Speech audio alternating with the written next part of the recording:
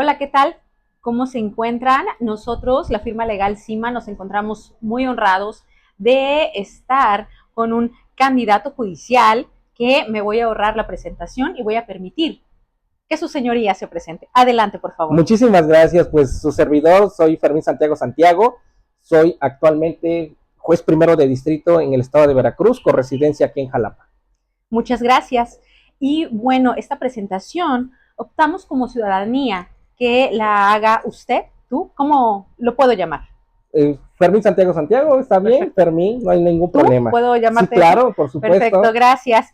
Y bueno, nuestra intención es poder llegar a la ciudadanía del conocimiento, en esta nueva etapa de México, porque esos alcances tiene, lo podemos vislumbrar incluso como ciudadanía, como abogados, que es muy impactante, tiene mucha trascendencia. Y bueno, es por ello nuestro interés de allegar de este conocimiento de los candidatos, de qué es lo que nos ofrecen, pero más allá de solamente ese nivel profesional, también conocer a la persona, a las personas que están atrás de estas candidaturas para que la ciudadanía pueda conocer por quién va a votar o por quién no. Y bueno, es un gusto, agradecemos que haya aceptado la invitación y nuestra primera pregunta de esta plática para poder conocerlo mejor. Háblenos de quién es Fermín Santiago Santiago. Bueno, soy un padre de familia, tengo dos hijos varones y una niña. Soy esposo, tengo 17 años de matrimonio y 21 años prácticamente en la carrera judicial. Inicié en el Foro Común, digamos en la primera instancia, en un Tribunal Superior de Justicia del Estado, y posteriormente en el 2011 tuve la fortuna, ¿no?, de ir a un juzgado federal. Ingresé, de hecho, en el Tribunal Superior de Justicia del Estado de Oaxaca. Fui secretario de acuerdo, secretario de estudio y cuenta. Llegué a ser titular de dos juzgados, y a pesar de ser titular de dos juzgados, me invitaron al Poder Judicial de la Federación, pero ya no como secretario, o con un nivel, digamos, medio, sino me invitaron como oficial administrativo, es decir, el primer peldaño de la carrera judicial, es decir, lo más bajo que existe en la carrera judicial. Así empecé en el Poder Judicial de la Federación. Presenté un examen para ascender a la carrera, a secretario de juzgado, y es como logro entrar de secretario. Y de ahí, pues bueno, fueron casi 9 años de carrera como juez, como secretario, y en 2021 presenté mi examen de oposición para juez de distrito, y afortunadamente tuve los conocimientos para lograr ser vencedor. Perfecto. ¿Actualmente en qué se desempeña? Actualmente me desempeño como juez primero de distrito aquí en el estado de Veracruz, y básicamente tengo como mi función el procedimiento de amparo y las resoluciones, en este caso, ¿verdad?, del mismo juicio. Excelente. Como nuestra audiencia hay de todo, abogados, padres, madres, público en general, ¿qué funciones y de manera entendible para todos, qué funciones realiza usted? Tú, ¿qué funciones realizas?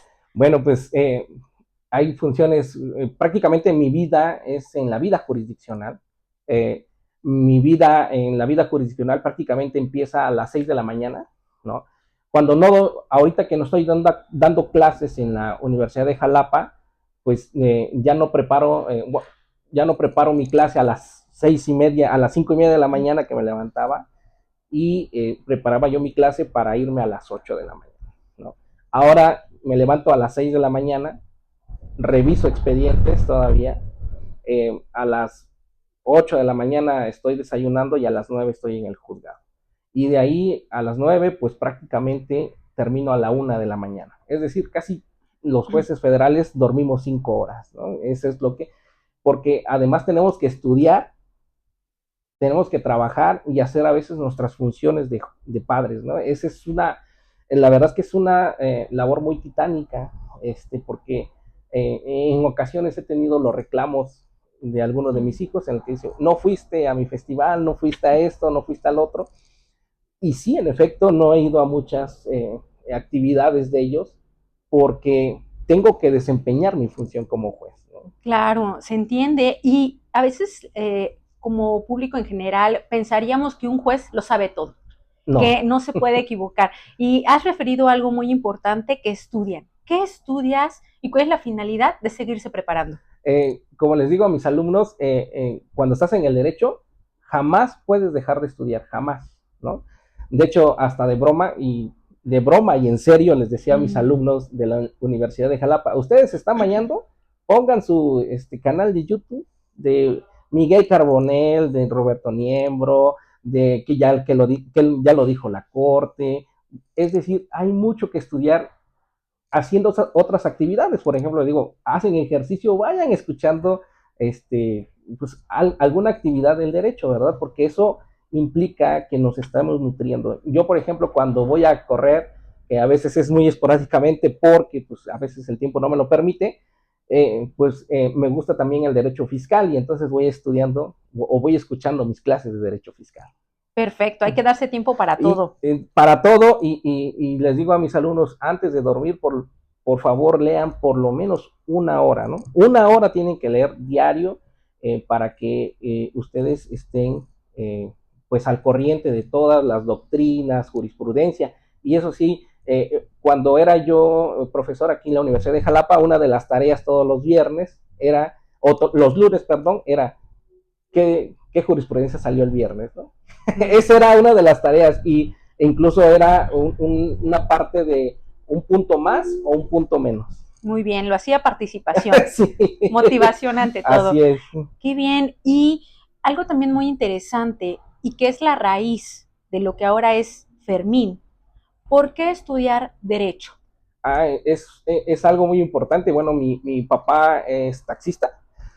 Yo saliendo, bueno, en la carrera y todavía saliendo de la licenciatura en Derecho, tuve como actividad el taxismo, ¿no? Es algo que yo lo digo abiertamente, no tengo nada de qué avergonzarme. De ahí salió mi carrera, tanto por parte de mi padre como mi actividad personal. Y en una ocasión, ahí tenía yo como, yo creo que unos 14 años, mi papá tiene un choque muy fuerte en la carretera con el taxi y se acaba el taxi y no tenía seguro y la otra persona con uso de influencias, bueno, no pagó nada, perdimos pues prácticamente mucha parte del patrimonio familiar porque es el taxismo, el taxi, pues era la actividad que nos daba de comer a todos, claro, ¿no? Y entonces ahí decidí estudiar Derecho. Perfecto. Fue por ese accidente automovilístico de mi padre. Muy bien, de ahí surgió esa necesidad de defender, sí, de conocer. Sí. Muy bien. De hecho, yo soy el primer abogado de la familia. Soy el primer abogado de la familia. Qué bueno, felicidades por ello. Gracias. Iniciando. Muy bien, perfecto. ¿Qué le podríamos decir a sus alumnos que hemos escuchado, que ha dado clases, acerca de los alcances o las aspiraciones que pudiera tener un abogado? A veces pensamos que el estudiar Derecho únicamente es para una rama, a veces lo relacionamos con todo. Tú fuiste hacia el camino de lo jurisdiccional. ¿Por qué escoger el lugar donde actualmente estás? Creo que, bueno, era una ilusión desde que era yo estudiante de Derecho, veía yo los oficios que mandaban estaba yo practicando en una agencia del Ministerio Público y veía los oficios firmados por los secretarios, ¿no? De los juzgados de distrito, los tribunales colegiados de circuito, y veía yo lo bonito que escribían. De verdad que escribían muy bonito. Y entonces yo dije, algún día voy a ser juez y voy a ser magistrado federal. Y creo que estoy cumpliendo mi sueño, llegué a ser juez. No sé si llegue a ser magistrado federal porque ahora ya no depende de mi conocimiento, sino de una votación popular. Pero por lo menos he cumplido parte de ese sueño, ¿no? De ser juez de distrito. De hecho, una de mis soluciones era ser magistrado local y luego, ya sabes, cuando uno es alumno se ilusiona uno con todo, ¿verdad? Se quiere comer el mundo. Se quiere comer el mundo, pero uno de mis objetivos principales era ser juez federal y luego magistrado federal. Y es por esa razón de que a pesar de que yo ya había sido titular en juzgados locales y me invitan como oficial administrativo, yo voy como oficial administrativo, ¿no? Fíjate, digamos que yo tenía esa virtud de mando en un juzgado local y voy y ahora ya no tengo esa virtud de mando, sino que tengo que obedecer, ¿no? Y Claro. tengo que costurar expedientes, es decir, cualquier actividad propia de un oficial administrativo. Y así llegué siendo oficial administrativo. Y yo, la verdad es que no me arrepiento, creo que se valoran más las cosas así, empezando desde cero. Así es, así es. Tenemos esa experiencia en común, Sí, ¿no? Qué maravilla conocer incluso desde abajo, porque es necesario, ¿no? Para poder ordenar es necesario conocer sí, también qué vamos a ordenar y poder supervisar incluso si está bien realizado. así es. Qué bueno. Una pregunta muy importante que nos gustaría conocer a la firma y también dar a conocer a nuestra audiencia es acerca de la perspectiva actual en la administración de justicia y qué retos puedes considerar que se van a afrontar, tanto particularmente como papá, como sociedad, como parte de la sociedad y como parte del órgano jurisdiccional. Pues de hecho ya se está afrontando, ¿no? Yo al menos los enfrento en mi quehacer jurisdiccional. Yo lo que les digo a mis secretarios y a los oficiales administrativos que me acompañan en el trabajo ahí en el juzgado es, no llevemos los criterios tradicionales del derecho. Eso es, yo creo que eso es lo más importante, ¿no? No llevar los criterios tradicionales del derecho y plasmarlos en una resolución. Yo lo que les digo es, tenemos que ver la realidad social y cada persona tiene un contexto diferente, tiene características diferentes y eso implica una sentencia diferente, Claro. ¿sí? Entonces no podemos decir, es que como ya saqué un precedente así, va a salir igual. No, porque es probable que aquí haya un niño o una persona con discapacidad y ya no sea factible sacar igual un precedente, ¿no? Entonces ya cada sentencia, cada expediente es un ser humano, más que digamos, un bonche de hojas, es una vida, es el patrimonio, es la salud de las personas. Y es por eso que yo les digo a las personas que me acompañan en el trabajo, tenemos que situarnos en los pies de esa persona sin perder nuestra imparcialidad. Claro, y qué difícil, ¿no? Qué Bastante. difícil es a veces no tomarlo personal, no tomarlo como el padre, como el hijo, que se encuentra más teniendo experiencias que nos orillaron o nos guiaron para estar donde estamos. Así es. Qué interesante. Y fíjate, Fermín, que dándonos el espacio de encontrar un poco de tu trabajo, pudimos apreciar algunas sentencias Sí. de los cuales la versión es muy allegada al entendimiento de niños, niñas y adolescentes. A mí me maravilla como persona, como madre, el poder leerlos. Me maravilla el poder ver incluso algunas figuritas, leoncitos, animalitos al final de estas sentencias, porque como madre me encanta que mis hijos o que mis sobrinos puedan leer algo y más allá de que jurídicamente lo entendamos como abogados, maestros o doctores, que los niños y las madres y los padres lo puedan entender. Estas resoluciones, cuéntanos, ¿las haces tú? ¿Las hace tu equipo de trabajo? ¿Cómo la hacen? La hacemos, es un trabajo en equipo. Yo sin ellos no podría hacer nada, ¿no? Igual, ¿no? Bueno, puede venir otra persona aquí en mi sustitución y no hay problema, ellos siguen trabajando, pero sí hacemos un buen equipo. La verdad es que yo he hecho un muy buen equipo aquí en este juzgado. La verdad es que encuentro una empatía de todos ellos y, por ejemplo, ese tipo de sentencias implica una sensibilidad, ¿no? Sí. Son las sentencias de lectura fácil para los niños, niñas y adolescentes, en las que pues recientemente se hizo muy popular una donde le ponen un leoncito o le Así ponemos un es. leoncito y para muchos o muchos abogados tradicionales puede ser, dice, esa sentencia, ¿para qué, no? O sea, ¿de qué nos sirve a nosotros como abogados? No, no está dirigida a nosotros abogados, sino está dirigida al niño o la niña que está involucrada en el asunto, porque él, ese niño, niña o adolescente, también tiene derecho a saber de qué se trata ese asunto.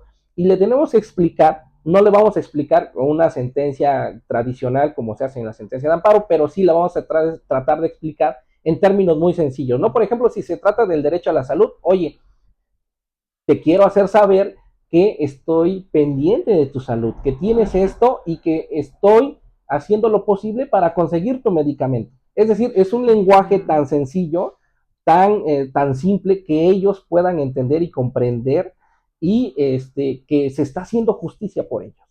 Claro, y qué importante y no perder la esencia del derecho que muchos, como lo has comentado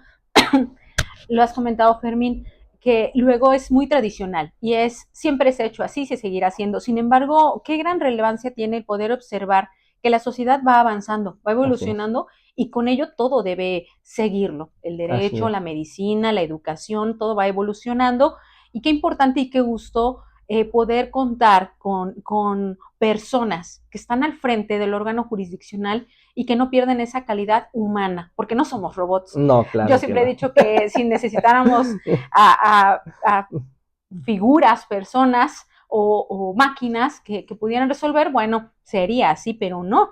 Somos personas que se debe tener y no perder esa sensibilidad. Así es. ¿Cómo le has hecho tú? ¿Cuántos años recuérdanos que tienes al cargo? Voy a cumplir 4 años de juez de distrito, Uh -huh. pero fui casi 9 años, 9 años y meses como secretario de juzgado, secretario de tribunal y oficial administrativo. Y anteriormente, pues me desempeñé como secretario de juzgado en fuero común y secretario de sala, secretario de un tribunal electoral incluso y titular de dos juzgados. Muy bien. ¿Y cómo es que al llevar tanto tiempo ante circunstancias a veces problemáticas que abarca mucho el derecho, se le pudiera hacer para no perder esa sensibilidad y no caer también en la falta de objetividad? ¿Cuál es el secreto que existe? En esto les cuento mucho a veces a las personas que me preguntan cómo le haces cuando resuelves tal caso, por ejemplo, ¿no? Un caso penal emblemático para una ciudad o para un estado. ¿Qué es lo que hago yo cuando me llega la demanda de amparo y veo a lo mejor que es mediático el asunto? Lo que hago es no ver las noticias de ese asunto. Sí. ¿Por qué? Porque influye en el ánimo del juez. Entonces lo que no hago es ver esas noticias. Si se me salen, no, parece, le voy picando ahí que no, ya no me salgan, de tal forma que no pues me influyan en mi sentir, ¿verdad? Al momento de sentenciar. Eso es algo que hago, ¿eh? Eso es algo que hago. Y pues también cuando dicto un amparo para que se deje en libertad a una persona, lo he hecho varias veces, eh, tomo la decisión después de ver 2 o 3 veces el video de la audiencia, ¿no? Lo medito mucho, lo veo, lo analizo y digo, esta es libertad. No hay más, Perfecto. no hay más, hay libertad, porque de hecho yo te quiero comentar que en los asuntos penales yo veo las audiencias de principio a fin, Perfecto. de principio a fin. Tus audiencias. Sí, yo veo las audiencias en las que yo reviso los asuntos penales, yo las veo de inicio a fin, de inicio a fin, ¿no? Y a veces las veo 2, 3 veces, incluso a veces no 2, 3 veces, sino 4 o 5 veces, ¿no? Lo importante es tomar una decisión apegada a derecho, pero también justa, que es lo más Claro. importante. Así es, qué importante todo lo que nos refieres y para que pueda entender también, que podamos entender los abogados y la ciudadanía en general, ¿qué es lo que has logrado apreciar en esas audiencias que has resuelto? ¿Qué es lo que en el sistema, a veces, qué es lo que en el sistema carece? Híjole, a veces mucha sensibilidad Uh -huh. y no sé si a veces es tanto el trabajo que tratan de hacer cuestiones que no son propias de un sistema. Por ejemplo, te voy a poner un ejemplo. Sí. Tengo un amparo en el cual le prorrogan la prisión preventiva oficiosa a una persona, pero sin revisión de la medida cautelar. Es decir, lo hacen a través de un escrito, hacen un acuerdo y lo firma el juez y dicen, como merece prisión preventiva oficiosa, se prorroga otro año, otros 6 meses. ¿Sí? Uh-huh. Me llega a mí la demanda y veo, y bueno, esa, a todas luces, la veas de la perspectiva que la veas, es un acto inconstitucional. Uh-huh. Y no estoy prejuzgando, es un acto inconstitucional desde cualquier punto de vista. ¿Y qué es lo que hice en este asunto? En la suspensión ordené, fíjate, bajo la apariencia de buen derecho, es decir, un análisis superficial, ya ni siquiera profundo, sino superficial de la constitucionalidad del acto reclamado, digo, ese acto es inconstitucional. ¿Por qué? Porque está contra los principios de inmediación, contradicción y contra, pues, la modalidad de la oralidad, ¿no?, del sistema penal. Y entonces concedí la suspensión. ¿Para qué? Para que dejara sin efecto ese acto. Es en suspensión, ni siquiera en sentencia, es en suspensión, para que dejara sin efecto ese acto y llevar a cabo una audiencia de revisión de medida cautelar. Y estamos apenas en una medida cautelar, es decir, en el incidente de suspensión. Ya he tenido otros asuntos así, y cuando llega en la sentencia, lo tradicional hubiera sido que yo sobreseyera el asunto por, no sé, por una cesación de efectos, porque ya llevó a cabo la revisión de la medida cautelar. Y yo lo que hago en la sentencia, ya tuve un asunto así, es que le digo, no es una cesación de efectos, porque ese acto se hizo porque yo lo ordené, es decir, no es un actuar propio de la autoridad, del juez responsable. Y entonces en la sentencia, a pesar de que ya dejaron sin efectos esa determinación, lo que ordeno es que lo deje sin efectos de manera definitiva, y a su vez que deje firme la audiencia que llevó a cabo. Muy bien, qué interesante. Sí. Muy interesante. Y derivado de esto que nos acabas de comentar, Fermín, de la apariencia del buen derecho, muy importante en México, sí. ¿Qué opinión te merece este criterio del impedimento de los jueces de aplicar una ponderación y un análisis exhaustivo a estas normas, ¿no?, constitucionales? ¿Qué opinión te merece? Bueno, yo estoy francamente en desacuerdo de eso. Yo, de hecho, a diario hago una ponderación, a veces, de las normas constitucionales.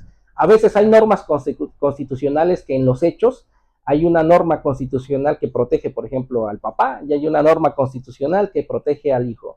Y entonces, al hijo menor de 18 años, entonces, pues a veces hay que confrontarlas y ponderar, ¿no? Incluso, pues, ahí yo sí acudo mucho a veces a la teoría alemana, que es el test de proporcionalidad y todas esas cuestiones. Me gusta esa parte, y de hecho a mi secretario les digo, es como su doctrina obligatoria a consultar, ¿no?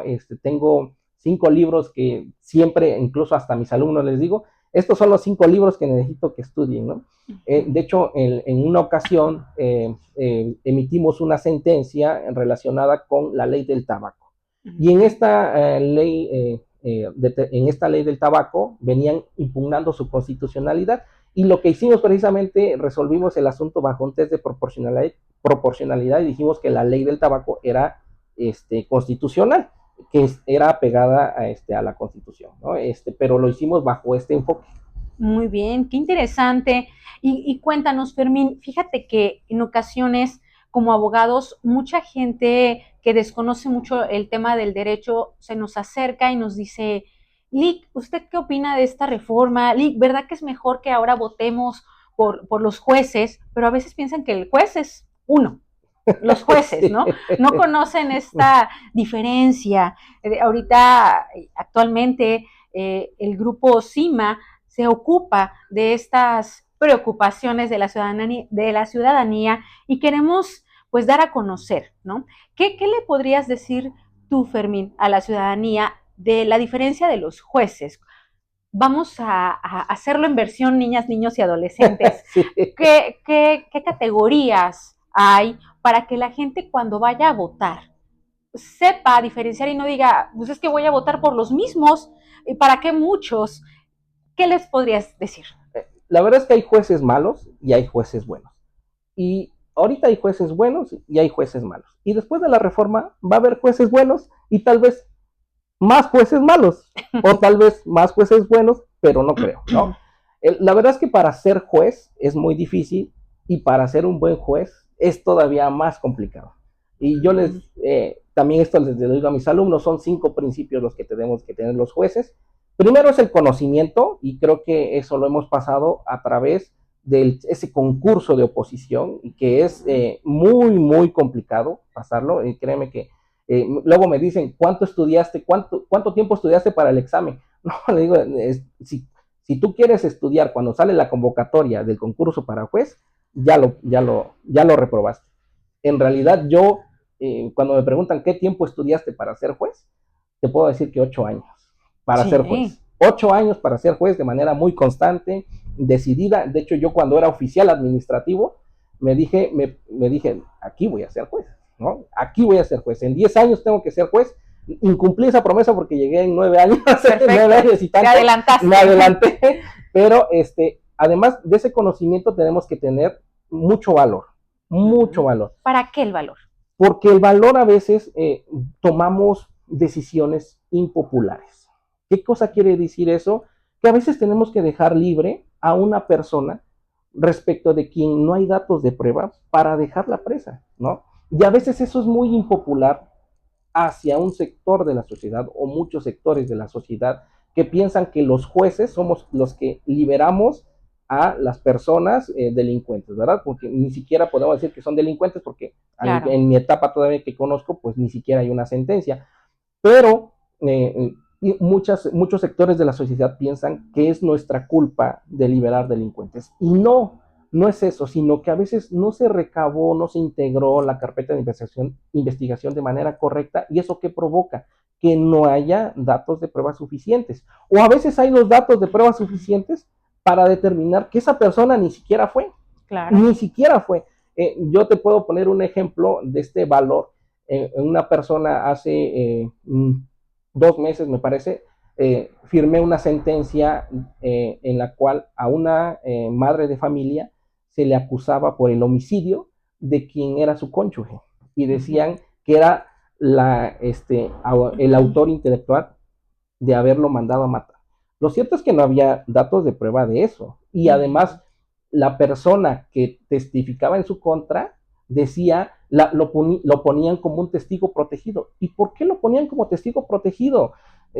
¿Por qué no querían que lo conociera? Si además ese testigo protegido decía que era la pareja sentimental de ella, es decir, la pareja extramatrimonial de ella. No había ninguna razón para decir que era un testigo protegido. ¿Por qué un testigo protegido? ¿Requería algunas medidas de protección? Bueno, porque no le pusiste un policía para que lo cuidara o alguna otra medida adecuada, ¿verdad? Claro. Y entonces lo que hicimos es, ese testigo lo que dijo es, no tiene valor, y entonces echamos abajo todo eso y decretamos su libertad. Y eso es el valor. Y además la sensibilidad. Y aquí te voy a poner otro ejemplo de la sensibilidad. Hay un niño que está en Estados Unidos, sus padres son mexicanos y se vienen para México y también se viene el niño, obviamente, pero el niño ya había cursado ahí el kinder, es la educación preescolar, y llega aquí y quiere estudiar la primaria. Ahí ya había aprobado el kinder y aquí quiere estudiar la educación primaria y la ley no lo permite, porque el artículo 142 de la Ley General de Educación dice que para cursar, iniciar la primaria, debe cumplir por lo menos a diciembre del año escolar 6 años de edad. Y él no cumplía los 6 años de edad en diciembre, de hecho los cumplió en este mes de abril. Entonces no entraba en el parámetro, sin embargo, ya había pues satisfecho su escolaridad preescolar allá en Estados Unidos. Y entonces viene al amparo y me dice, no me dejan escribir. Entonces yo lo que ordeno es, oye, escríbelo. Y me dicen, oye, está la ley. Sí, pero, oye, no podemos aplicarle una ley al niño que estaba en Estados Unidos. ¿Qué culpa tiene de haber nacido en Estados Unidos? De hecho, ahí lo que hicimos es una interpretación pro migrante. Oh, qué interesante. Reconociendo incluso las realidades actuales con motivo de la política migratoria del presidente Trump. Incluso en la sentencia se lo digo. Qué interesante. En la sentencia se lo digo. Y esa es la sensibilidad que nosotros debemos de tener, ¿no? Y por otro, la ética y la honestidad. Esos son los 5 valores que son indispensables para un buen juez. Fíjate, Fermín, que has dicho algo muy importante y que a veces pareciera que hablar de ética es una materia más en el derecho, en el tronco común de la preparatoria, pero he tenido la oportunidad de leer algunos artículos de la ética que a veces lo pasamos desapercibido y pensamos que no funciona, pero claro que funciona incluso como ser humano. incluso como padre de familia, como sociedad, como abogado, es algo que no se debe perder y que a veces decimos que quien la tiene es de la vieja escuela, ¿no? Desafortunadamente porque Sí. debería permanecer. Sin embargo, de todos estos valores que has mencionado, considera Fermín que los tiene todos? Sí, yo considero que tengo absolutamente todos.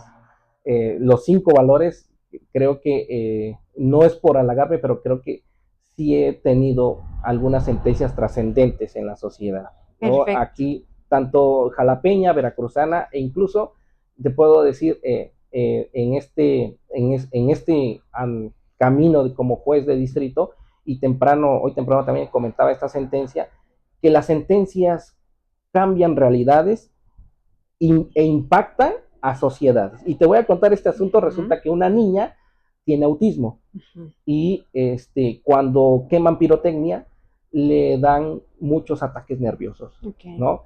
Es una discapacidad que ella tiene, que ella enfrenta esa discapacidad, y resulta que en el pueblo donde vive queman a cada rato cohetes, ¿no? ¿Y qué hice primero en la suspensión? Le dije, ¿sabes qué, autoridad? Vigila que no se quemen cohetes. Pero imagínate decirle eso a una comunidad que está acostumbrada a quemar cohetes. Porque fiestas patronales. Es una costumbre. Sí. Es una costumbre, ¿no? Y entonces, en la sentencia, lo que le dije, reitero que no se deben de quemar cohetes. Y además vigila el entorno de su domicilio, que nadie queme cohetes.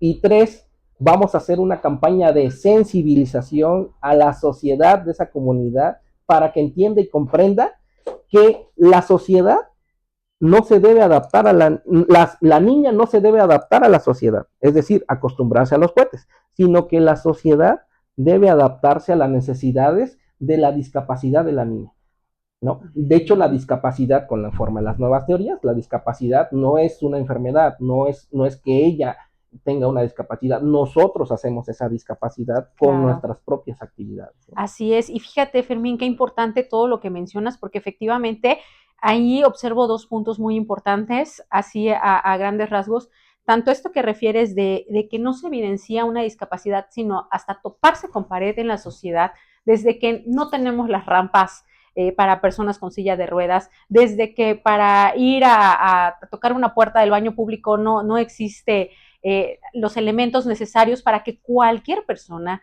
con cualquier discapacidad pueda llegarse de. Y también por otro lado, la evolución de la sociedad, pudiera yo decirlo de esa manera, porque tal vez eso me recuerda a cuando socialmente se impide ya el usar animales, por decirlo así, ¿no? En circos, en recoger basura, sí. Y que muchos a veces dirían, pues siempre se ha hecho así.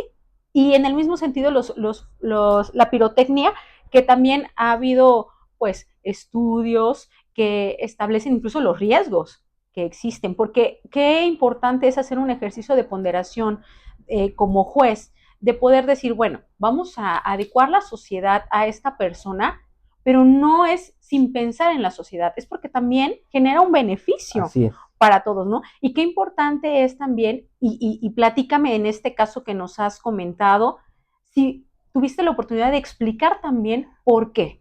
Fíjate que en esta sentencia me crea mucha satisfacción. De hecho, la semana pasada me creó una gran satisfacción porque llegó el abogado representante del ayuntamiento y me dice, ¿sabe qué? Es que la sentencia está bien y en el municipio lo que queremos es adelantar esa sensibilización. Y le digo, es que la sentencia todavía está en revisión porque lo impugnó la madre de la niña. Todavía está en revisión. Y me dice, pero nosotros no impugnamos.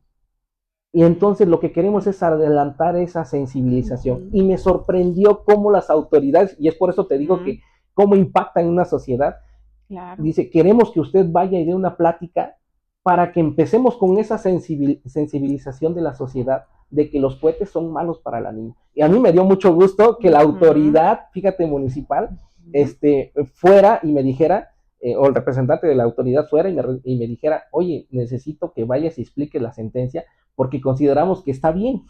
Claro. Entonces, eso te implica o te da a conocer que sí has transformado mentes, ¿no? claro. conductas. Qué valioso es que desde cada lugar, cada trinchera se refiere también, cada quien aporte ese granito de arena y qué mejor que sean muchos granitos de arena Sí, para la sociedad, así porque es también lo que vamos a cultivar como padres. así es.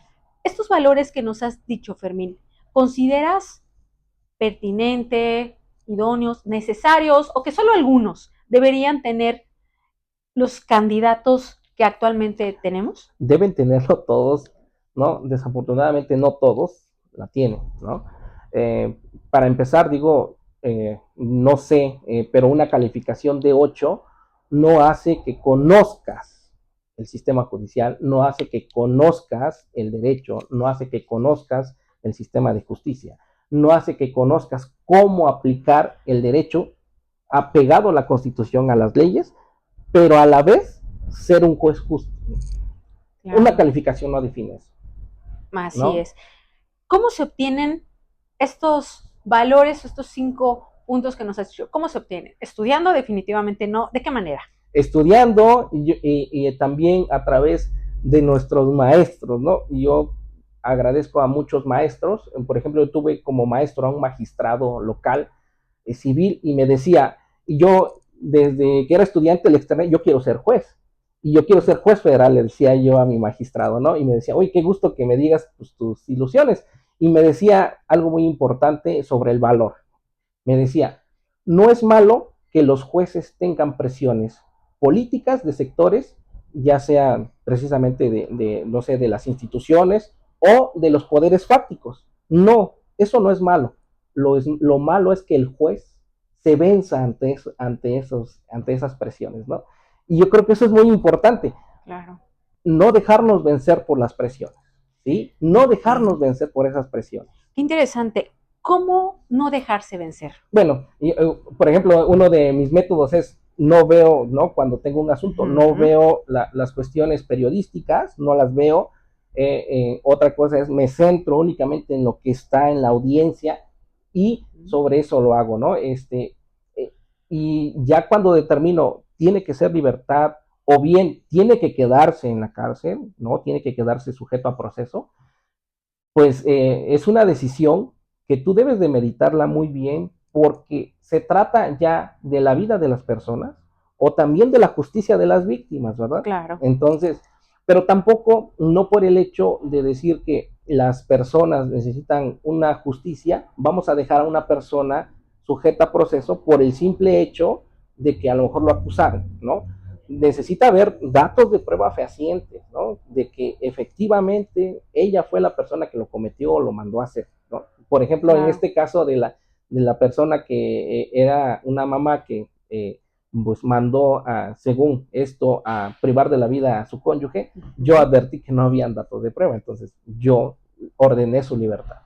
Muy bien, qué interesante, porque más allá del conocimiento jurídico, que definitivamente es necesario, yo creo o estoy convencida de que el sentido común, ¿no? Y no dejarse llevar por lo que pues están haciendo y voy a continuar, Sí. sino tener ese valor también, como bien lo has referido, de la decisión y de bajo la investidura, Sí. bien merecida, con toda la trayectoria, conocimiento y conciencia del cargo, se debe emitir. Sí, sí, sí, sí, sin duda. Y otro, bueno, otra cuestión es de qué es lo que nos forja también nuestros jueces, ¿no? O quienes nos han formado como secretarios, toda nuestra carrera judicial. Yo creo que es muy importante. Yo he tenido jueces extraordinarios, magistrados extraordinarios, que me han enseñado la ética, el profesionalismo, bueno, hasta las comas, los puntos y comas, eso es tan importante que para muchos no es importante. Decía un magistrado, la forma es fondo, y si me pones una coma acá y que no va acá, eso da otro sentido al párrafo, y entonces quítale la coma, ponle el punto y coma, ponle el acento, ponle esto, ponle. Todo eso nos forja, ¿no? Hasta el punto y coma, el acento, es, digamos que siendo secretario, oficial administrativo, nos va forjando ese carácter para llegar a ser juez después de muchos años. Claro, pareciera que no, sí. Pareciera que únicamente es, has empezado desde abajo, pero mucho tiene que ver el irse formando, forjando y crear la persona Sí, y el servidor público que uno es, así conocedor es. de todo lo que conlleva. Excelente. Fermín, también platícanos a la ciudadanía. Estas votaciones que ya están cerca, próximas, son nuevas para México, son nuevas para Veracruz definitivamente. Hay muchas dudas respecto a cuántas boletas, ya no es lo que pensamos de solo colores, solo partidos políticos, porque aquí no hay partidos No, políticos. Platícanos a la ciudadanía. ¿Cómo será esta dinámica? ¿Cómo le puede hacer la gente para no confundirse, para conocer a las personas que están atrás? Platícanos. pues la verdad es que sí es un poco complicado. Primero, en la boleta en que yo voy, vamos 38 personas. Para empezar, para que la ciudadanía vea el currículum de las 38 personas, es un poco complicado. Claro. Es bastante complicado. Y luego, pues el día de hoy, el día de ayer, mejor dicho, pues las reglas, nosotros, en mi persona, yo me estaba promocionando como boleta amarilla, recuadro azul. Uh-huh. Y resulta que entramos al simulador, porque así venía la boleta de línea, bueno, al menos así la publicaban. Ok, así te la dieron a conocer. Así la dieron a conocer, ¿verdad? Ok. Y resulta que no. Ahora que entro al simulador de las elecciones, dice boleta amarilla, recuadro rosa. Entonces ya cambia mucho. Órale. Entonces a la ciudadanía yo les pido se informen primero desde ahorita, porque sí es muy importante tener buenos jueces y que, pues, claro, la invitación es de que el 1 de junio vayan a la casilla a votar y en la boleta amarilla, en el recuadro rosa, pongan el número 34 que corresponde a mi persona, Santiago Fermín, porque creo que tengo la experiencia, la sensibilidad, el conocimiento, la honradez y la ética suficientes para estar en este puesto. Perfecto. Te agradecemos mucho, Fermín, por esta plática, por esta...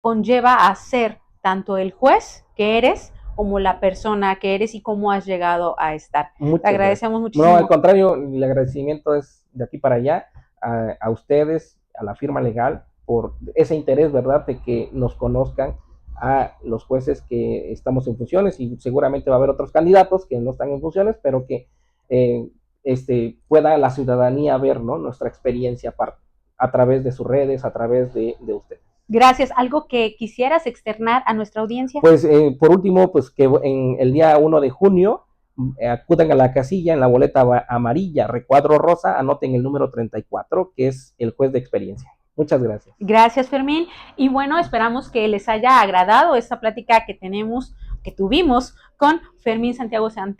Y si se quedaron con dudas, si quieren nuevamente que lo invitemos y que nos honre con su presencia, no duden en escribirnos en los comentarios. Gracias.